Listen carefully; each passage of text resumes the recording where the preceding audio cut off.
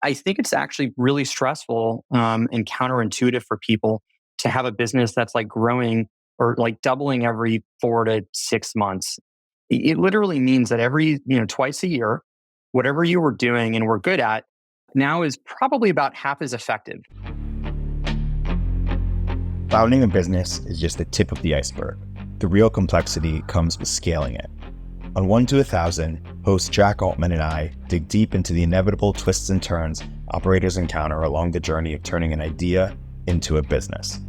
Hear all the tactical challenges of scaling from the people that built up the world's leading companies like Ramp, Lattice, and Stripe.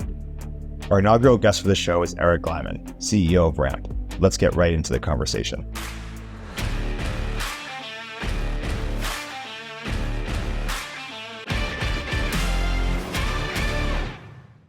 Erik, Ramp is one of the fastest growing companies of the last decade, if not more. Your rise has been incredible. We're really stoked for you to join Jack and I on the podcast today. Well, thanks for having me and for making me blush. It's good to see you, Erik. Erik, one of the things I wanted to start with, I remember a couple years ago we were chatting and Ramp was already like off to an amazing start. And it was I think it was your second company, right? You had started, was it one before that you had started? That's right. And Lattice is my first company. And I just remember asking you, like, what are you doing differently as being a second time founder, providing you with a ton of advantages? And you were like, oh my God, I'm doing so many things different and better. I'm curious, as you're now, getting more years into Ramp and you're reflecting back on the two different companies, like what are some of the biggest things that you look back and realize that you've learned from the first to the second? I mean, a couple things. I mean, first, just I think a lot of the first-time founder mindset is like scarcity. You've never done it. It's very hard to come by funding. And you're always, at least I was just like terrified of like, we're months away from running out of cash. We need to do everything by hand. And so a lot of it, I would say the first time around is getting over that. Once you've really found product market fit, you have a market that's scaling. It's being able to lean into that growth and planning out phases ahead. And so I think one of the first big shifts of doing it the second time around was, we did a lot of work up front to validate the business model of Ramp, how it might work, figuring out the unique differentiation. But much more we're thinking immediately went into, this is a people business. All this was 4 years ago is a sheet of paper signed somewhere in Delaware. And we said, we're open for business and we think there's going to be this great company called Ramp. And it drives home. All this is a collection of people. I spend way more time on trying to find really unique, high slope, talented people in different functions. I spend a lot more time on hiring. I think even today I still spend about 35-40% of my time on hiring. And also too, we use and love Lattice for thinking about performance management, helping people reach their potential, I think is like the biggest shift. You have a lot more taste. I mean, I think in the struggle of the first time, like, my first job was in finance. The whole thing was don't talk to anybody about anything you're doing. Paribus, my first startup, was all about PR. So I learned how to do, I didn't know how to do it. You had to learn how to do PR by hand. You had to learn about growth by hand. It was Ramp. We didn't know anything about sales, but you start to have time of, I think through the first experience, sort of banging your head against the wall and struggling, you start to learn all these different functions you didn't have insight in before. And you even start to see people who are super capable in these functions and start to recognize expertise, appreciate it sooner. By having done something and done it badly, you can really appreciate when you see someone out there doing it at that next level. And so those are, I think, the biggest shifts for me second time around. But I still think that like the one thing I'd say is like gravity still applies. Like you might be able to get to a place sooner. You might be a stage or two ahead, so to speak. But I've also seen some second time founders like forget. People might trust you more. You might be better at hiring. You might know a little bit more about sales and growth, but there's still like issues you're going to bang your head again into the next time. But I like it. It's been fun. You mentioned hiring as one of the things that you spent a lot more time on the second time around. I'm curious if there's anything else that you think you spent more time on or that maybe you underweighted in the first company. And then I'm also curious, is there anything that you spent a lot less time on the second time around? Totally. So two things. I mean, hiring, but also like people. And I promise this isn't just like a Lattice pitch, but like when we sold Paribus, when we sold, it was a very small startup at the time, 20-ish people.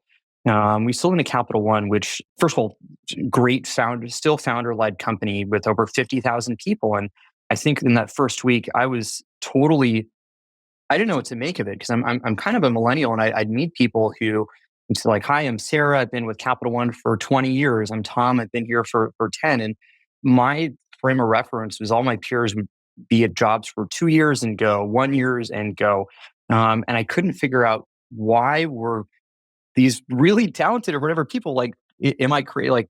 Where did I end up that people are staying for a lot of years? And something that I really had no appreciation for before I got there and learned a lot was how do you develop people and actually over the course of people's lives make them feel and make it genuinely so that they're growing in their career and actually feel like it's not just about the money, but they're able to grow over the course of their lives. And I think one of the biggest areas that we spend a lot more time in, we still have strides to make for sure at Ramp, but it's understanding not just what's the function, what does the company need, but who are these people? What are their motivations?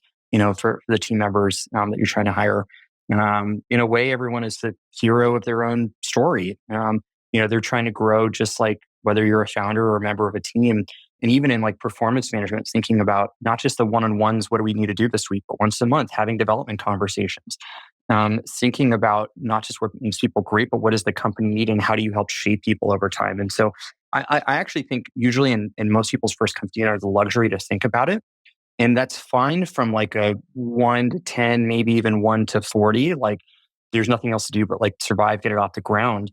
But later on, I think a lot of people get caught flat-footed in not realizing that actually that becomes the longevity of people seeing at your company, the excitement and the ability to grow with it actually becomes one of the most important attributes. So that's like, I would say probably the other, in addition to like hiring, development, thinking about pathing and growth of people is the second. Yeah, it's a huge one. I mean, like, I think people really underweight how important it is to a company if you have the average employee staying for even 4 years versus the average of 2. Like people in year 3 and 4 are so valuable and they become so effective. And it's like if you can provide a place where people want to stay around that long on average, I think people underweight this. Maybe one last question I have on this topic, and then we can move on. Is I think one of the things that I think is like a really dichotomous set of advice from just the startup ecosystem to founders is, should you be lean, scrappy, test and iterate and find your way to product market fit and the story evolves from there?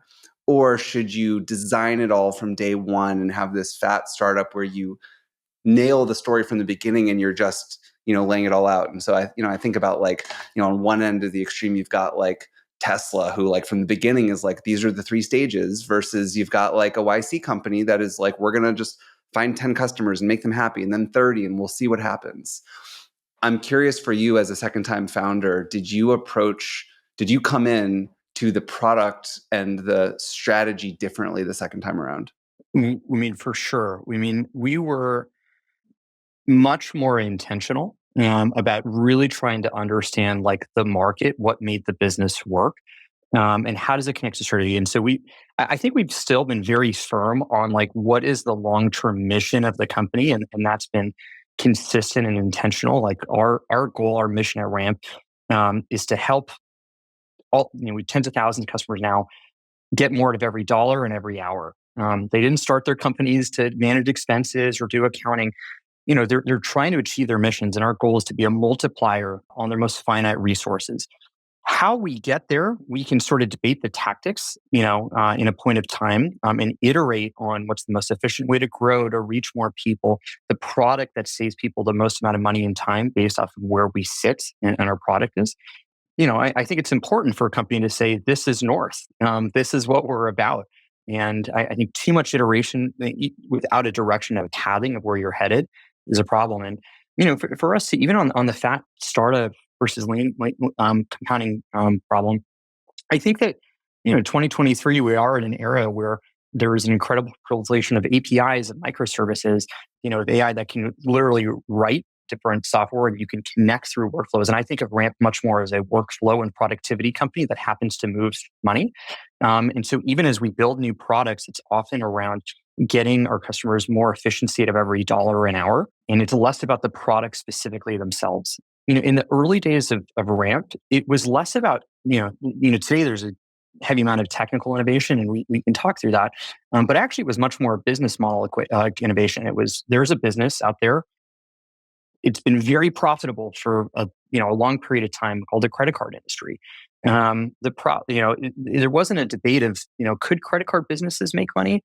How much would they make? They're very profitable. They're multi-billion-dollar businesses. Like that was almost like a fact as real as gravity exists. The problem was they were taking all the profits and designing increasingly more elaborate advertising campaigns and rewards programs, and we're investing very little actually in improving the core customer experience. And so we just said, this is a great business. You can study it. Let's use the proceeds differently. Let's use it to create world-class expense management. Let's use it to create great accounting automation. Let's help your business spend less, not more. And so in many ways, if you sort of deconstruct the early ramp strategy, actually was the products, the technology, how it works is very understood. Let's reform it in a bit of a different way, but actually the business is relatively straightforward. And so you can do that, I think, when you have more experience and really, second time around, understand a bit more of how different industries and business models really work under the hood. To that end, you guys scaled really fast. Talk about kind of the different phases of growth. Like how do you contextualize different phases that you went through? And I'm curious, upon reflection, are there areas which you thought you went too quickly, or areas in which you maybe went too slowly, or what might you have done differently? Obviously, it's worked pretty well, but what's your reflection on that? There's some things that are unique to maybe entrepreneurs operating in like large scaled industries that really exist. Like I might give different advice if it's like totally net new technology. It's unclear if there's a market, what the size is. So that's my caveat. With us, it wasn't as if credit cards were new. Like American Express was founded in 1850, 1848. Like these are old companies that have been around for a long time. And the question was not, would people want a credit card? It was, would anyone care? Why would people want to use, your financial software when they're busy enough already? And so one of the first phases for Ramp was de-risking. Could we build it?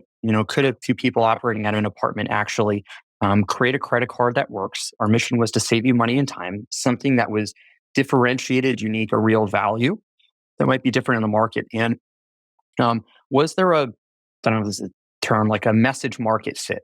If you could build the thing, it actually worked, would people care about it? Is there some unique message that if you launched and started telling people about it, they actually say, I want to try this elevator pitch works on me? And for us, this first phase was really about getting into that. We incorporated March of 2019, brought on our first customer in August, and we launched in Feb 2020 with this moniker of this credit card that wants to help you spend less. And that was helpful for us it was different enough to go kind of launch into the press world, start getting real data that's not just friends or different people that you could talk to in New York, but random companies signing up. And so we could, start to test, could we underwrite credit properly? Could we, scalably grow consistently with businesses that we didn't know was that next phase? I'd argue we didn't really hit true product market fit until later that year. A lot of that phase came from, we realized actually people's pain with credit card was only so much, but they had much more pain. They really disliked Concur or Expensify or all that. And once we really had a real possibility to fuse those products, it wasn't just a different message, but it was fundamentally more efficient. You didn't need to teach your employees to use two sets of software to make one transaction and close your books, just one. And I think once we hit that, then it became about, okay, we've got a different message. We help you spend less. We've got a product that really is, uniquely and truly better than what was there. And we could start to repeat it. The next phase was all about, and this is when we were going from, mid seven figures in revenue, or seven figures to, really the 8 and beyond. How can you scale it? This is really about the repeatable machinery. And so, of course, we were kind of testing things along each of those vectors. Could you build it? Is there good architecture? Is this a clear message? Is there product market fit? Can you repeatedly scale the go-to-market motions? But when you get to that late stage, you have all these things interplaying and stacking on each other. And of course, can you hire great people to keep that engine going? Hey, we'll continue our interview in a moment after a word from our sponsors. Are you building a business? Well, if you haven't already been asked by potential customers or investors about SOC 2, ISO 27001, GDPR, or HIPAA compliance, you will be. Achieving compliance can unlock major growth for your company and build a foundation of trust, and Vanta can help. Vanta automates up to 90% of compliance work, getting you audit ready in weeks instead of months, and saving you up to 85% of associated costs. Vanta scales with your business, helping you successfully enter new markets, land bigger deals, and earn customer loyalty. Bonus, for our 1 to 1,000 listeners, you get $1,000 off Vanta. Just go to vanta.com/1000. That's VANTA.com/1000. I'd love to pull on that thread of like a second product, because I think this is something that is a question that weighs on so many founders. Like they get a first thing going and then you're like, well, how's this market going to play? Am I going to be existing in a bundle? Do I do a second product? Probably yes, but when? Do I need resources? Like all this stuff. And we did the same thing at Lattice, where we started in performance management. And then when we were just at like several million of ARR, we launched a second product, employee engagement surveys. And that worked well for us. And so I reflect a lot back on like, what does it take to make a second product work? And like, what are the pieces of information or signs that it's time? And like, how do you evaluate that it's good to go? Like, does it have to be about the shape of the market? Is it about who's the buyer? Is it about the budget? Is it about competition? Like, what was your lens as you thought about, okay, it's time for the second product and expenses? I actually love your take on a lot of this. I mean, so two things. I mean, first, we have this unwavering mission of we exist to save your company money and time. Our purpose is not to sell you more cards, get into different funding flows. It's really about this framework of, could we measurably figure out how much money you're spending, time you're spending, and could we chip away at that very consistently? And so the next products that we came out with in our frame of reference wasn't about selling new SKUs. And there are businesses that are like, same buyer, they buy these two things. I'm just going to sell more SKUs. And I think that's one way of doing it. I think it has its problems, but that's a way. Ours was different. It was, our mission is we want to help your business spend less time. How do we do this? And in our buyer for finance teams, for founders, their workflow was, they're trying to close their books, run their business, get more out of every dollar, get back to work. And in every purchase, the credit card was actually a very small portion of that value chain. They would have to get it into their books. And so the next first obvious was, okay, we've got this. Let's connect it a little bit deeper to go end to end. Let's build this kind of like connect more of that. So which took us to expense management. We did a great job. We connected to accounting software. That flow was working well. But when you look at the strip of like, what are people spending on? There was this other big thing where it would save all this money and people would start saying like, look, this is great. I love your accounting automation, but I move a lot more money through bill payments. I wish I could just use the automations that I'm building. And so, well, it looks like we're adding new products, credit card, expense management, bill pay. What we're actually doing is reducing the number of products that our customers have to use, as well as reducing a lot of the steps in the workflow. And I think that's correlated really well to Ram's continuing compounding growth. It's part of what's allowed us to grow, 4 times year over year last year, added 9 figures a year revenue, and scale. It's not kind of taking new buyers, new products that might interplay and sell. It's this problem you're trying to solve. You can add on more, and it gives you more leverage to the whole product suite around it. Easier said than done, but a lot of the thinking is there an end-to-end outcome? And do your products interact to solve one workflow? If you can, I think it lends itself to much easier adding of second and third products versus, hey, there's this large TAM, we have this captive audience, let's go sell them this thing. That I think often people fall in that trap. Yeah, no, I love the sort of mission orientation of like, this is the problem. This is the fundamental problem we're solving for customers, and we solve it in various ways. I still wonder, like, tactically, if you like zoom back to the early days of those products, when you think about like what made them successful, because in some of those cases, even though it is expanding what you're doing for a customer, you might be I don't know, are you rip and replacing like a much more mature solution that's a point solution in some cases? Or are you mostly trying to get people, just sticking with the expenses example, are you trying to get people before they would have had anything? And does that change the thinking on how you're going to go to market, how mature the product has to be?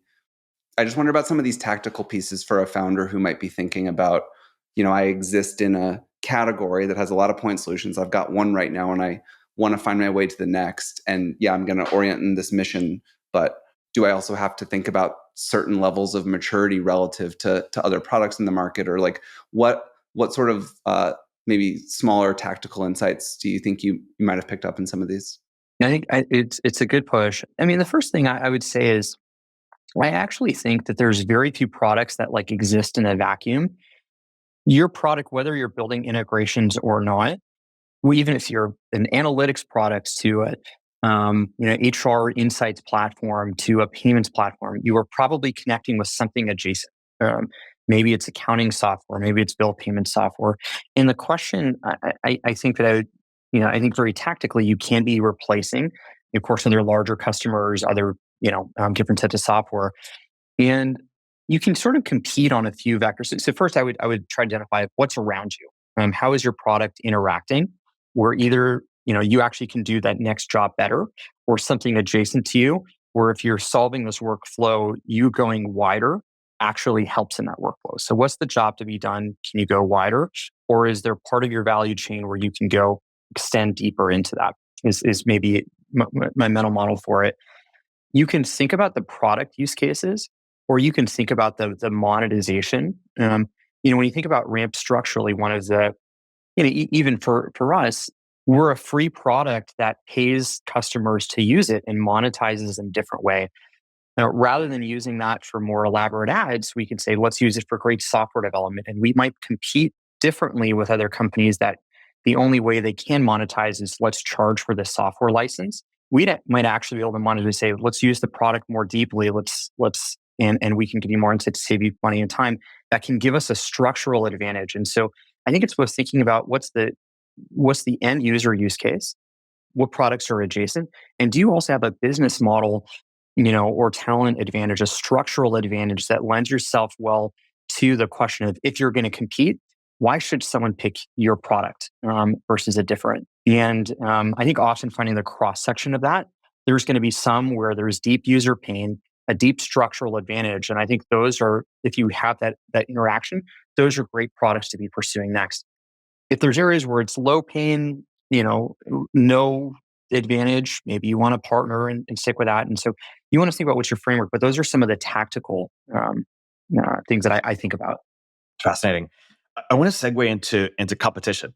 So I'm curious how you thought about competition as being in terms of being a second mover, not the first mover, but then also just more broadly, how you think about the advantages and disadvantages of being in a highly competitive market like you've been with Ramp. Outsourced R&D.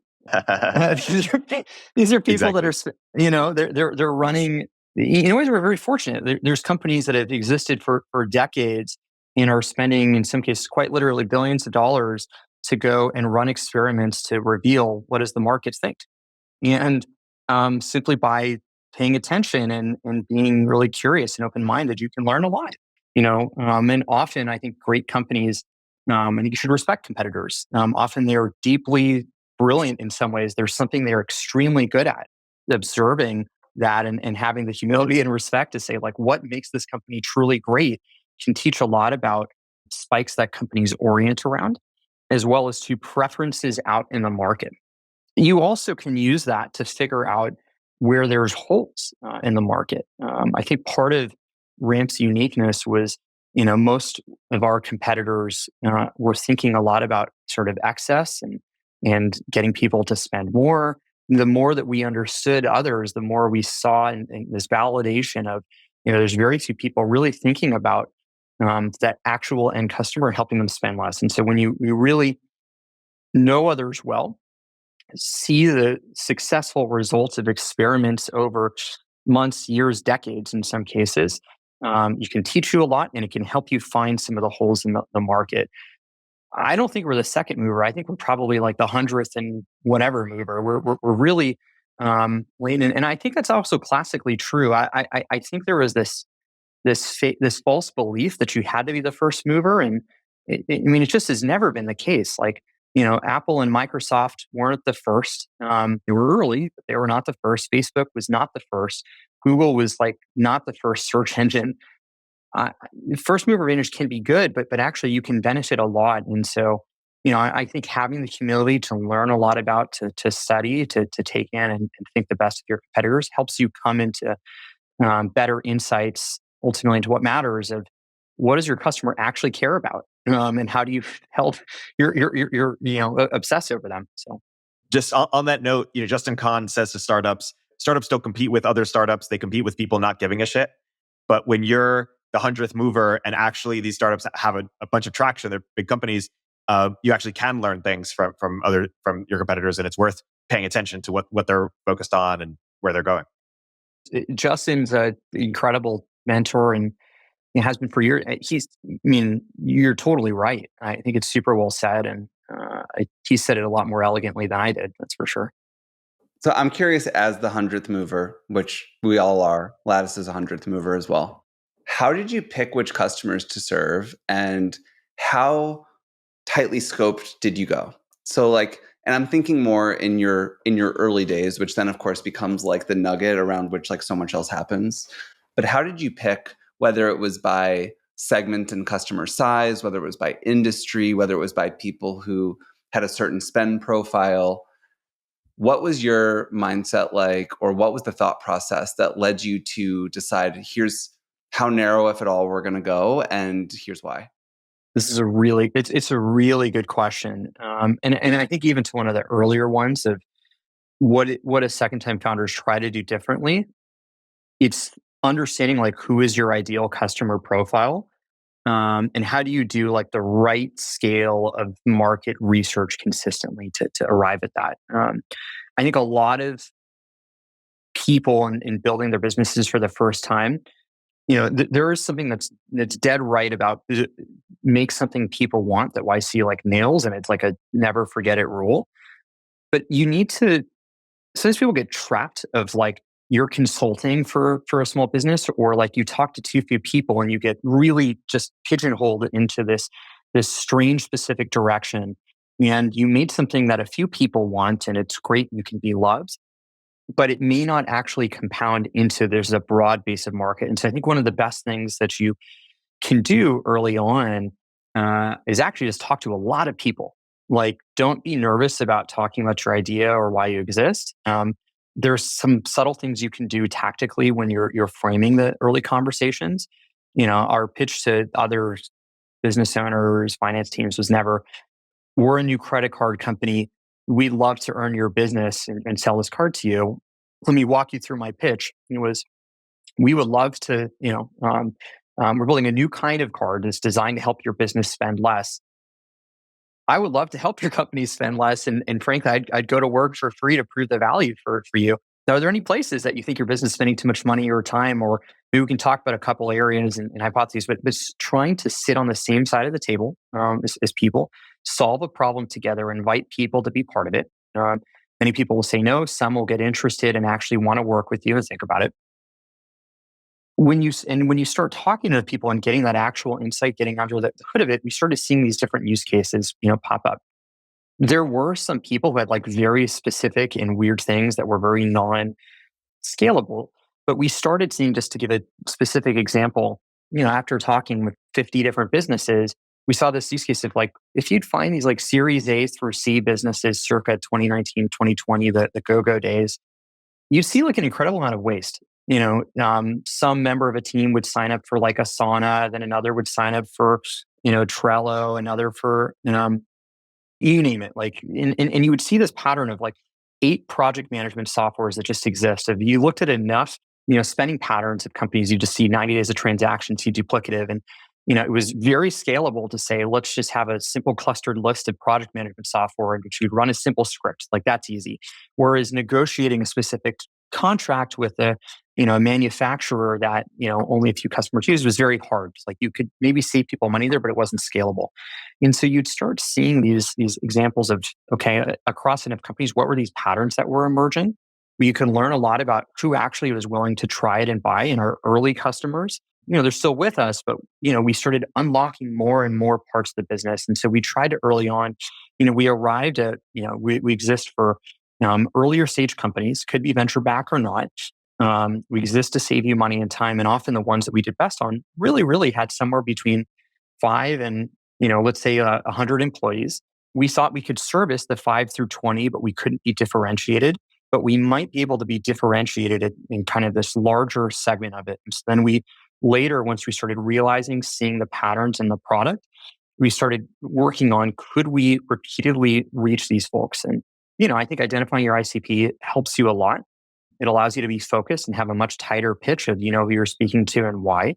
If they want to do references, there's more other customers like them that puts them at ease. And hopefully it's a pattern that you've verified and validated is large enough that you can go and scale into the next 10 to 100 to 1,000 to 10,000 if your TAM is large enough. But that's sort of the summarization of like the messy process that we were trying to think about. And every few weeks asking ourselves is like, are we able to narrow this down, and is it deep enough? Hey, we'll continue our interview in a moment after a word from our sponsors. Metaview is the AI assistant for interviewing. Metaview completely removes the need for recruiters and hiring managers to take notes during interviews because their AI is designed to take world-class interview notes for you. The result? No more boring note-taking, so you could spend more time on what actually matters, being present with candidates and making high-quality decisions based on insights, not just memory. Metaview remembers everything about every interview, so you and your team don't have to. And unlike humans, Metaview never gets tired and structures its notes perfectly. Because Metaview gives your team perfect notes from every interview, you'll have 10x better hiring data about every candidate you speak with. Team builders at companies like Brex, Robinhood, Quora, and Replit say Metaview has changed the game because it lets them spend more time having high-quality conversations with candidates and less time writing up interview notes. See the magic for yourself for free in your first 5 interviews. Head over to metaview.ai/1000 to get started. That's metaview.ai/1000. I'm a proud investor. Are you finding it time-consuming to hire high-quality remote developers? Pesto Tech is a hiring marketplace that makes finding great remote developers fast and easy. They use large language models to evaluate developers along dozens of parameters, including code quality, performance, and security. All you have to do is answer 5 simple questions on their website, and Pesto Tech will find you world-class remote developers that fit your company's needs. I've heard great things about Pesto Tech from friends like Ryan Hoover, who are investors. So if you need to start hiring developers fast, go to pesto.tech today. That's pesto.tech. One of the many bits that stood out there for me most was that so many companies think about selling something to their customers instead of actually thinking of it like a partnership where I'm on the same side of the table, we're solving a problem together, and yes, we're both going to do well from that, but like we're solving this thing together. I think that's easy to get lost when you just want to close the sale. That mindset's great. In some sense, it's sort of like an insane proposition to someone to be like, we're just operating out of this random office building or in a bunch of apartments, and you should use our software instead of any other provider and huge company on it. And I think overcoming that, one of the few but real advantages that early stage companies can have is, look, we may not be the largest, we're not the industry standard, but I can guarantee that if you call me, I will pick up and I'm going to go to sleep thinking about how do I make you the happiest customer in the world. I'm going to wake up obsessing on it. And we're partnering and forging this specifically. So you have a really bright and extraordinary team who's working harder than we should be to make this outcome fantastic. And really internalizing that and honing in early on will, one, make ideally your customers very happy, but 2, give you the space to have enough market data where you can start to understand how you can separate and then turn on the machinery of building a company around it. I love that. I think we all need more of that. Maybe for the last few minutes, if we could transition over to sort of just talking about like some of your thoughts around company building, maybe starting with just like exec hiring. Obviously, you've gotten to like do a lot of that now. And I'm curious to hear about like any like big learnings, takeaways. What's the one thing that you maybe like wish you knew when you were like hiring your first execs, or like what's the thing that's most important to you in your learnings? There's a few sets of things. So like, I think in like hiring, it's sort of like building early stage startups. Like I think Jessica Livingston, or you wrote a great book called Founders at Work, and talks about startups are not like the Toyota Corolla or Honda Accord, these like very standard, ready for any situations, great and all old stuff. Early stage startups are often more like an F1 car where they like look very weird, but go fast, and maybe they fall apart right after the race. And like, it's built to spec to do exactly what you need to do is, I think, really important early stage company building, and also like early executive hiring. Let's say to like 100 people.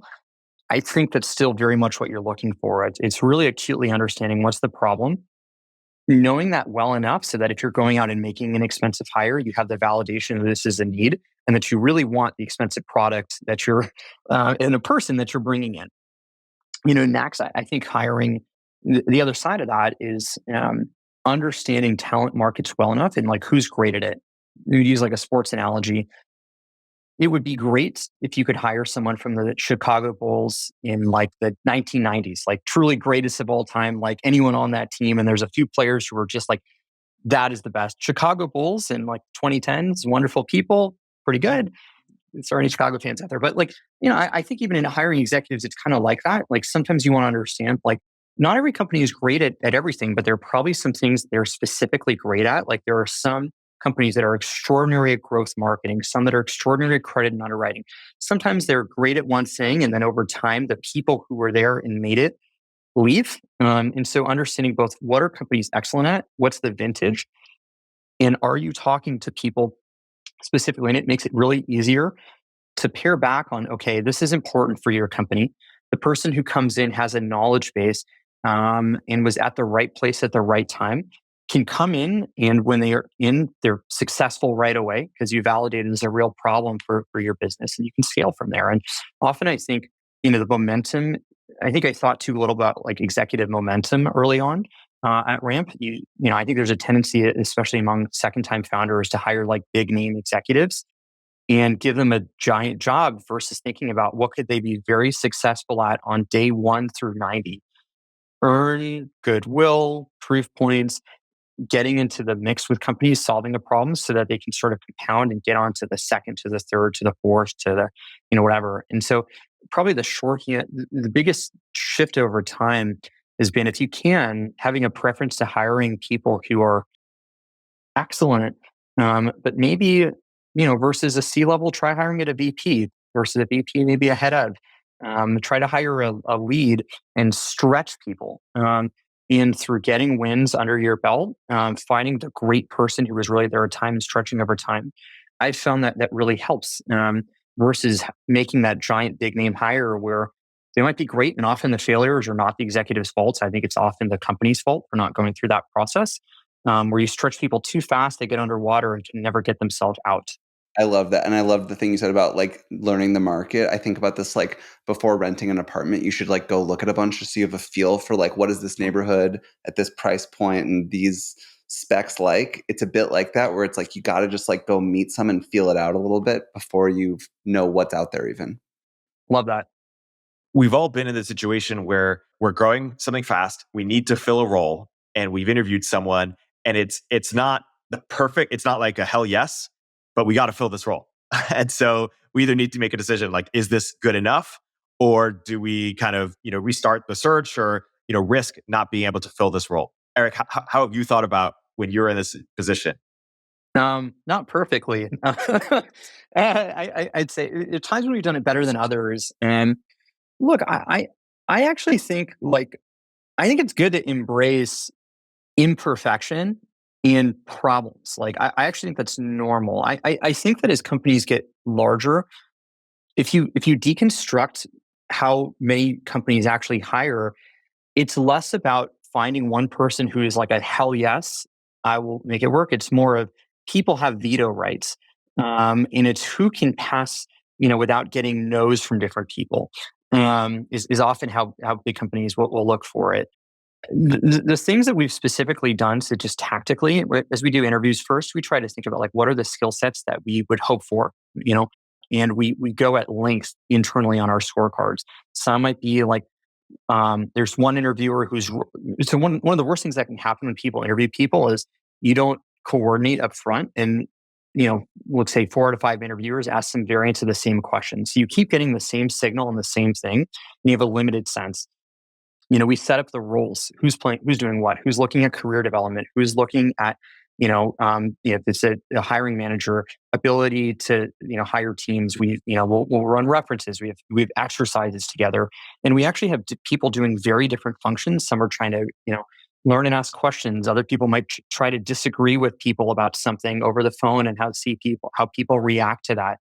And you're trying to make sure that in your own process, first, you're getting different signals. Next, we try to hire as rules for like spikes, sort of slope over intercept. One of the problems of startups is you don't have the resources to outcompete. And so your best way to hire great people and make it work is you find people who are really much more capable and undervalued by the rest of the market. Maybe you can find some signal that makes them world class. And if applied directly to your problem, that spike more than pays for itself in the context of your company. And so we actually, if there's a hiring manager and they have like a strong yes, they can basically override like weak yeses and nos, or in some cases, we'll want to talk through a strong no. But if the hiring manager is like, sign me up, hold me accountable, I'm hiring this person, I'm going to make it work, they can basically hire. And that's what we look for. It doesn't always work out perfectly, but I think that the scenarios where I've seen it go really sideways is everyone is like, we really need this. This person isn't perfect. I don't have high conviction, but then we're going to make the hire. Usually it's some sign of no one is sort of slamming their fist down saying like, we've got to have this person in. And often someone who's willing to say like, I'm going to hold me accountable. I'm going to do what it takes. Hell or high water. I'm going to make this person successful. I find that that's correlated. As long as that's there, you can work through issues. You can plan and scope role and responsibility, or even how others cover the gap around that. But what you can't, or I've found very hard to overcome, is if no one is saying like, I will make this work, I see it, and I'll be there. Like that's where I think people get into trouble. And so I would try to craft your own processes around, weeding those out. Let's segue a bit to making the most of one's board. I'm curious, but partly how you think about board construction, but then also how you think about board kind of management, optimization, or what people might not fully appreciate about or have a misconception about how to make the most of one's board. I feel that a board relationship is almost like marriage. Like you could ask the question of like, who should I marry? And it's like this really hard question to answer. And, you can get a divorce. It's very hard to oust a board member. Some cases it's impossible over like a decade-long period. And so I almost think that the pre-question I would ask is like, can you start to develop a relationship with someone, date in some context prior to getting married would be my strong advice for anyone. And I think you can first start with, before you bring on a lead investor, like update people in the business, get their advice. It's a very valid question to ask, how can I be helpful? And say, well, here's how you can be helpful, and see who does. Actually, try to get people to reveal what they're about, what their spikes are. Can you work well together before there's even the like, would they be good? Because I think the reality and your lived experience and that the shape of that over time is going to be much more important than, what are the skills on paper. So I'd start with that. You can get advice from people. In some cases, you can actually make people a small advisor to your company and try to work on problems together. And there were a few people that jumped out as very obviously. Every time we talked with them, I wanted to pick up the phone. They wanted to talk too, and we were able to really help with it. So I would start with that as a pre-part of it. Next, like with talent, I would think about spikes. One of our board members, Keith Ravoy at Founders Fund, I think he was very famous. He gave this lecture. You still go back to it at least once a year, called How to Operate. It's on YouTube. And, he breaks down very consistently what are the principles for as you're building and constructing your own operations of a company, how do you scale that and think about it over time? And that was important for us as a company where the business model worked. There were products out there, but speed was going to be one of the most important things. And so we were looking specifically for that. Different businesses have different facets. Sometimes you need someone who's an expert on design or great engineering, or maybe you have need a lot of capital and working with firms that are really known not just for seed investing, but multi-stage crossover investing. could be important. And so I would think about like, what are the spikes that if you can only be great at one or two or three things, how do you find people who are really great at one or two of those things? Try to build a relationship around engaging with problems in that area before you bring them on. And if you find there's a good fit, bring them on and build. And ideally, if you've done it well, you have different types of perspectives, different peoples, different backgrounds, and different functional spikes, as well as walks of life of these people. So you can have, a spiky and robust company in the ways that matter. I'd love to hear your thoughts on building in New York. I think it's an interesting topic just because in the last couple years, obviously with, COVID and then remote, I think the topic of like, where should I build? Like, just like it got its time in the sun again. There's historically been a lot of Silicon Valley centrist thinking in tech. Obviously, New York has started to like really have a lot of awesome companies, yours included, but we've also seen some like just really big, successful public companies built there now. And so I'm just curious your own reflections on someone who's been in New York a long time, has built in New York a long time, like, and presumably likes building your company there. Like, what are the sort of thoughts you have on New York and San Francisco? I think there was a point in time where like the advice was really good is if you wanted to build a company, like a venture-backed company, it had to be in like the Valley. And like a lot of the reason is like, if you looked at the venture capital investment structure, it's a very weird asset class. It sort of depends on your ability to just like grow really unnaturally and bizarrely fast. And there's very few businesses that can do that. And almost all of them from like the 80s, 90s, 2000s on, almost entirely were there. And I think it's actually really stressful and counterintuitive for people to have a business that's like growing or like doubling every 4 to 6 months. It literally means that every, twice a year, whatever you were doing and were good at now is probably about half as effective. Or if you give it a full year, a quarter as effective. And so quite literally, you as executives are becoming less useful. You have different functions that worked well together. You need to break up that function and reconstruct the business. And the intuition around like the physics of that are really rough. And I think that this idea of like you had to build in Valley was shorthand of there's a huge collection of people who've been through that, keep going through that, and they're happening here. And you shouldn't hire because it's like this zip code. But if you hire a product marketer, there's a product marketer who knows how to sell software, but like they know what it's like when it's going through and they get reorged and work differently and they're cool with that and they kind of know what happens next. And so people can have that sense of what it looked like. And I think it was almost entirely concentrated there. I think it started to flip somewhere between 5 and 10 years ago in New York for two reasons. You started to see these first-class venture businesses being built start to finish in New York, right? The MongoDBs of the world, the Datadogs, in that world, the direct-to-consumer companies that scaled super rapidly, and see people who knew what it was. The Pelotons, they knew what it was like to go from like zero to high growth really fast. So you started to see this density. There was a mass movement of large engineering offices, which I think are pretty important to a lot of venture scale businesses. AWS opened a huge office in New York. Meta, Google, Stripe, great engineers and great growth product minds weren't just there. They had sort of come up in the Bay Area, but they wanted to move back to the coast, and so they were there. Even the capital base, the great financial services companies classically were all in New York. A lot of the great ad agencies, design agencies were in New York. And so there was a lot of things that were always special about the city, but it was missing that density of people who knew. And I think over the past few years, it's suddenly flipped.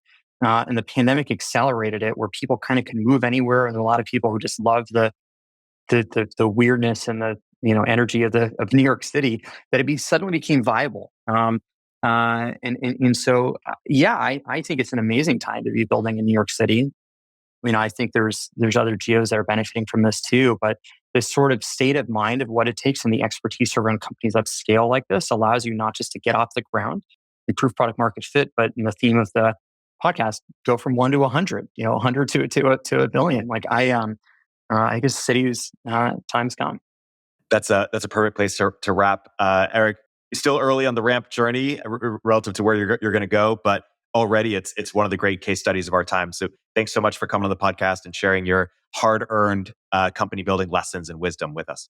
Thanks for the opportunity. It's great to be here.